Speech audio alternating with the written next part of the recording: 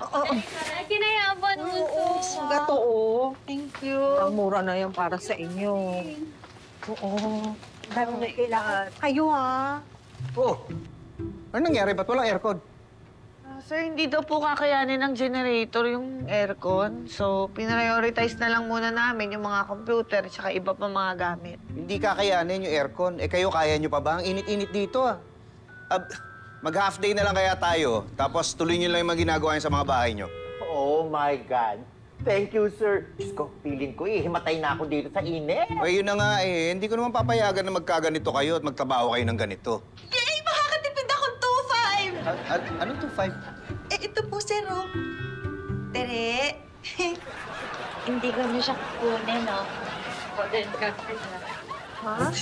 Also, I don't need this anymore. Ako din.